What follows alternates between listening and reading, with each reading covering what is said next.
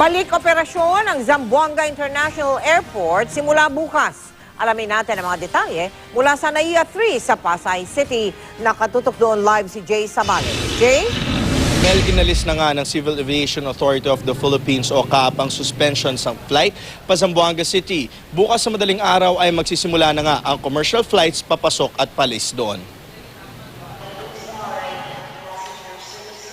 Si Mrs. Nada Legaspi, 10 araw na dito sa NAIA Terminal 2 kumakain, natutulog at naliligo.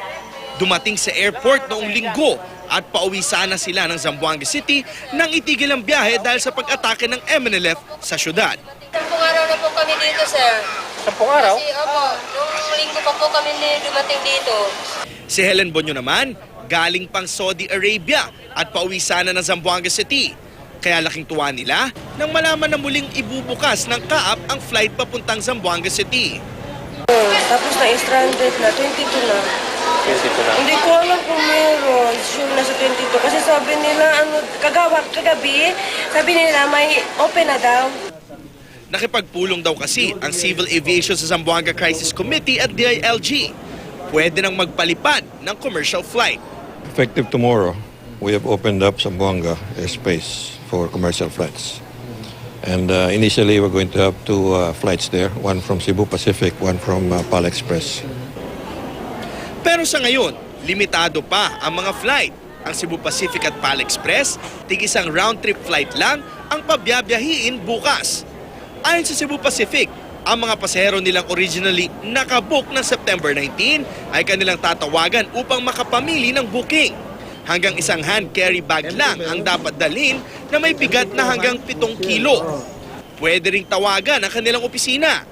Sa PAL Express naman, bibigyang prioridad daw ang mga pasaherong nabigyan na ng ticket ng nakansilang flights.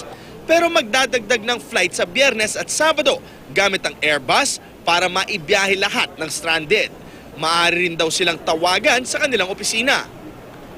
Patuloy naman daw na magiging mahigpit ang seguridad sa paliparan sa Zamboanga City. Bukod sa military personnel at paglipad ng Philippine Air Force helicopters, hindi raw papayagang magtagal sa paliparan ng mga pasaherong paalis o parating.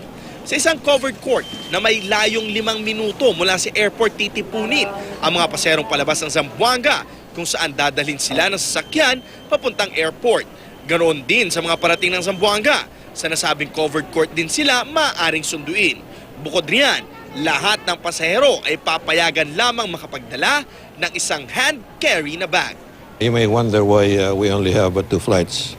It is because of the extra security precautions we're taking at Zamboanga. For Zamboanga, I think check-in time should be at least 3 hours before because the extra security measures we're taking.